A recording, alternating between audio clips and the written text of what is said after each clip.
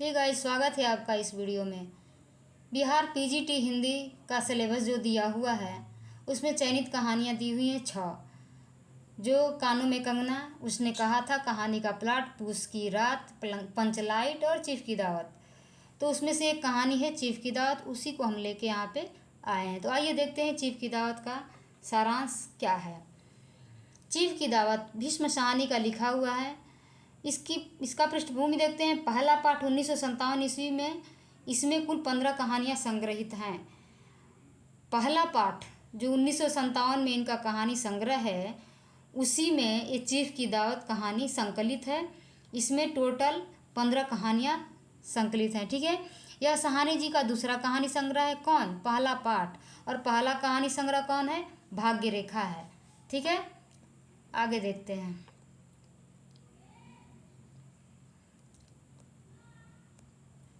आगे कथासार। मध्य वर्ग का खोखलापन एवं उनकी मूल्यहीनता की ओर संकेत किया गया है। कहानी का नायक सामनाथ है, जिसके चीफ उसके घर डिनर पर आने वाले हैं। इस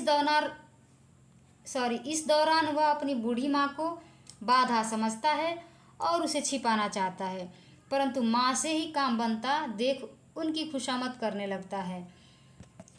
यह कहानी एक अर्थ में प्रेमचंद की बूढ़ी काकी का अगला चरण है। उस कहानी की ही तरह यहाँ भी एक दावत है, किंतु यहाँ मूल समस्या वृद्ध माँ के भूखे होने की नहीं, बल्कि अप्रस्तुति योग्य होने की है। माँ इस अपमानजनक स्थिति से बेहद दुखी है, किंतु जैसे ही उसे पता चलता है कि उसके फुलकारी बनाने से बेटे की तरक्की हो सकती है, तो वह अचानक खुश हो जाती है और बेटे के लिए मंगल कामना करती है। कहानी के अंत में बूढ़ी काकी की तरह बेटे या बहू का हृदय तो नहीं बदलता, किंतु सारे अपमान के बावजूद माँ का हृदय बेटे के लिए असीम ममता से भरा है। यही इस कहानी का सार तत्व है। तो आइए देखते हैं इसमें कौन कौन से पात्र हैं।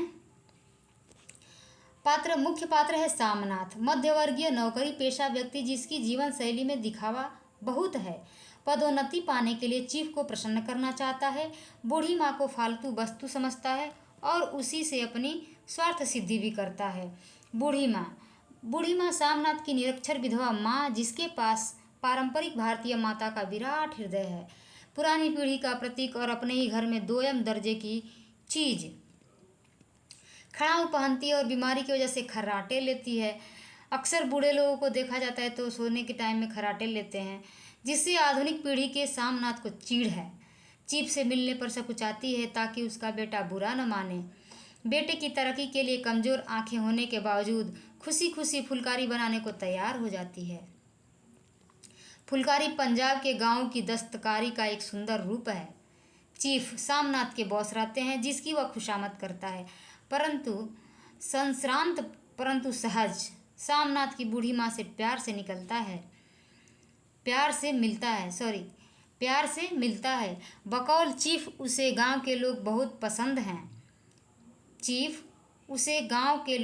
पसंद है। सामनाथ की माँ से गीत सुनने की इच्छा प्रकट करता है। कौन? चीफ, सामनाथ का जो बॉस है वो। आगे गौण पात्र में कौन कौन है। सामनाथ की धर्मपत्नी, इनमें भी दिखावटीपन का बोध है। पति की तरक्की के लिए खुशामदी में शामिल है। चीफ की पत्नी अन्य देसी स्त्रियों की आराधना का केंद्र थी। आगे देखते हैं। बूढ़ी माँ स्वयं को अपमानित महसूस करती है, परंतु पुत्र की खुशी के लिए जैसा वह कहता है करती है। देसी स्त्रियां उन पर खूब हंसती हैं। माँ तो वैसी होती ही है, माँ तो माँ होती है। आधुनिक परिवारों में वृद्धों की किस प्रकार उपेक्षा होती है, वह कहानी के केंद्र में है। आधुनिक दिखने की चाह में मध्यवर्गीय व्यक्ति प्रदर्शन प्रिय हो गया है। चीफ की दावत पारिवारिक जीवन मूल्यों के विघटन को भी प्रदर्शित करती है।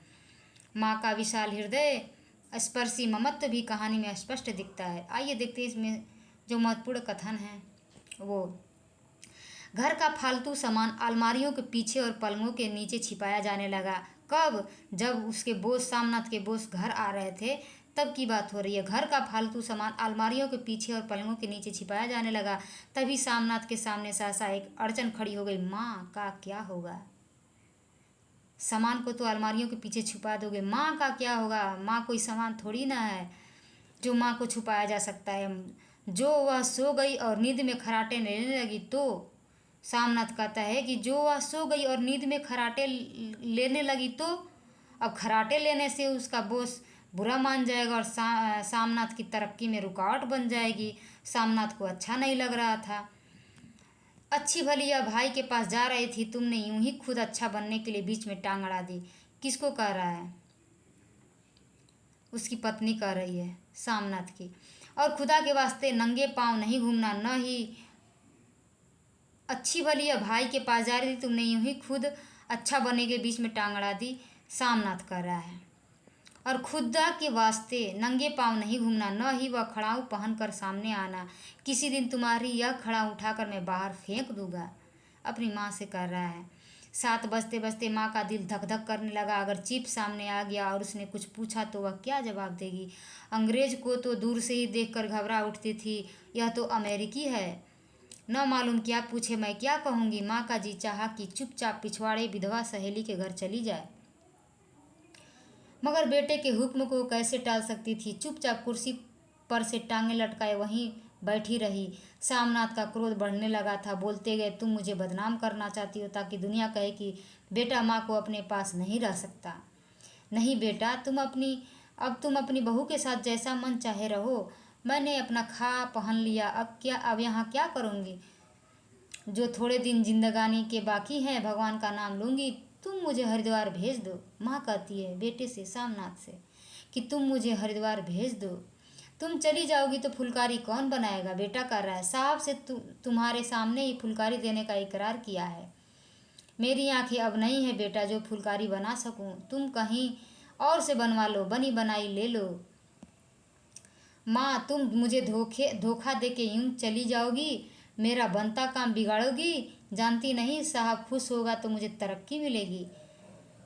जब माँ उसकी फुलकारी बनाएगी, सामनाथ अपने बॉस को खिलाएगा तो उसकी तरक्की बनेगी। इसीलिए वो माँ को फुलकारी बनाने के लिए कह रहा है। माँ के चेहरे का रंग बदलने लगा। धीरे धीरे उनका झुर्रियों भरा मुंह खिलने लगा।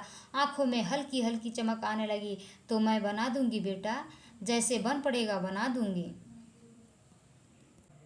यही है इस कहानी का सार। तो यदि आपको ये कहानी अच्छी लगी हो, समझ में आई हो, तो कमेंट बॉक्स में ज़रूर बताएं। और ऐसे ही और जो कहानी बची हुई हैं, कहानी का प्लाट, पूस की रात और पंचलाइट, तो इन तीनों को भी हम एक एक करके आप लोगों के सामने लाएंगे। तो इसके लिए आप मेरे चैनल को सब्सक्राइब कर लें ताकि आगे की वीडियो आप लोग देख सकें। धन्यवाद।